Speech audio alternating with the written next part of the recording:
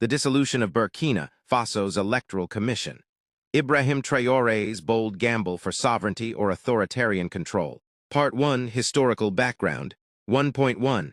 Burkina Faso and the long quest for electoral democracy. Burkina Faso, formerly known as Upper Volta, gained independence from France in 1960. Since then, its journey toward a functional democracy has been turbulent, marked by coups, assassinations, and brief windows of electoral openness. One of the pillars of this fragile democratic process was the Independent National Electoral Commission, CENI, a constitutional body tasked with ensuring free and fair elections. Established in the late 1990s, after the fall of a single-party system, CENI was widely seen as a buffer between the state and political manipulation.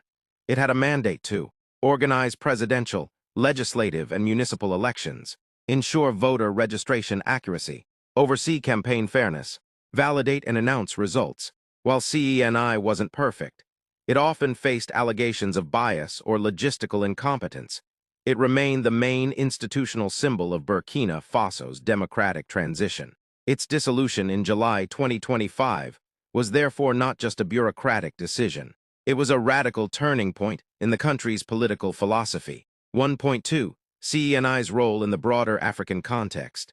Across Africa, electoral commissions serve a dual function: technical, running elections, and symbolic, reassuring the public of electoral integrity. Burkina Faso's CENI was part of this trend. International bodies like the United Nations, ECOWAS, and the African Union often funded and supported its operations. However, in recent years, suspicion of foreign interference in electoral bodies has grown. In the Sahel, where several coups have occurred since 2020, including in Mali, Niger, Guinea, and Burkina Faso, many leaders have begun to view these electoral commissions as tools of external manipulation, rather than instruments of internal sovereignty. This is the ideological and strategic environment into which Ibrahim Traore stepped in 2022. Part 2. The rise of Ibrahim Traore. 2.1. The 2022 coup d'etat. In September 2022, a 34-year-old military captain named Ibrahim Traore led a coup against Lieutenant Colonel Paul-Henri Damiba, himself a coup leader who had ousted President Roch Kabore just months earlier.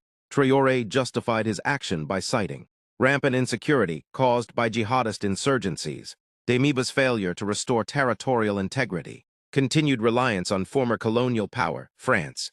Traore's rise was celebrated by many young Burkinabés, who saw in him a new Thomas Sankara, a radical reformist and Pan-Africanist who had once declared, "He who feeds you controls you." 2.2. Building a revolutionary image.